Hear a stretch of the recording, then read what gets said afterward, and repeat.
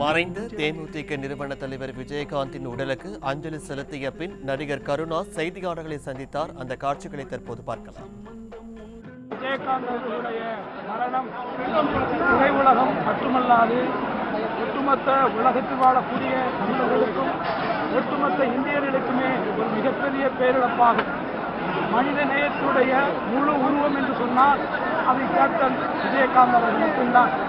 நடிகர் சங்கத்துடைய தலைவராக பொறுப்பேற்று நடிகர் சங்கத்தை கட்டி காத்தது மட்டுமல்லாது புரட்சித் தலைவி அம்மா அவர்கள் டாக்டர் கலைஞர் அவர்கள் வாழ்ந்த காலத்திலேயே தனக்கென்று ஒரு கட்சியை தொடங்கி தமிழகத்தினுடைய சட்டமன்றத்திலே எதிர்கட்சி தலைவராக அமர்ந்த பெருமையும் அவருக்கு மட்டுமே சாரும்.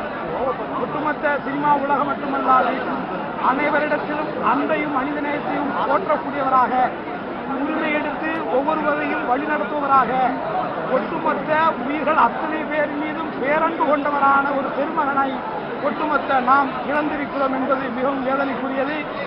அப்பேற்பட்ட ஒரு மகானுடைய, இப்பேற்பட்ட ஒரு தலைவருடைய, எங்கள் நடிகர் சங்கத்தினுடைய தலைவருடைய இந்த இறுதி நிகழ்விலே கலந்து கொள்வதற்கு எங்களை போன்றவர்களுக்கே பாதுகாப்பு இல்லாத ஒரு நிலை நடந்து கொண்டிருக்கிறது.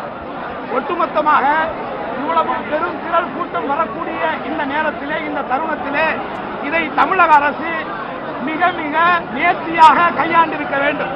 காவல்துறையினரிடத்திலே கடுமையாக சட்டங்களை வகுத்து பொதுமக்களுக்கு எந்த இடையூறும் இல்லாமல், வரக்கூடிய முக்கியஸ்தர்களுக்கும் எந்த இடையூறும் இல்லாமல் இதில் ஏன் வந்தோம் என்கின்ற நிலைக்கு தள்ளப்பட்டிருக்கிறது. மிகவும் வேதனை அளிக்கிறது.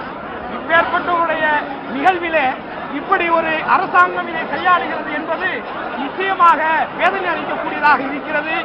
எங்களுடைய கோரிக்கை, நடிகர் சங்கத்தினுடைய துணைத் தலைவராக நான் மாநில அரசுக்கு வைக்கக்கூடிய கோரிக்கை, மாண்புமிகு கேப்டன் அவர்களை ராஜாஜி அரங்கத்திலே வைத்து பொதுமக்கள் அத்தனை பேரும் கண்டுகளித்து அவரிடத்திலே ஆசீர்வாதத்தை பெற்று அவருடைய ஆத்மா இறைவனடி சாந்தி அடைய வேண்டுமென வழி செய்ய வேண்டும் என்பதை நான் கோரிக்கையாக வைக்கிறேன்.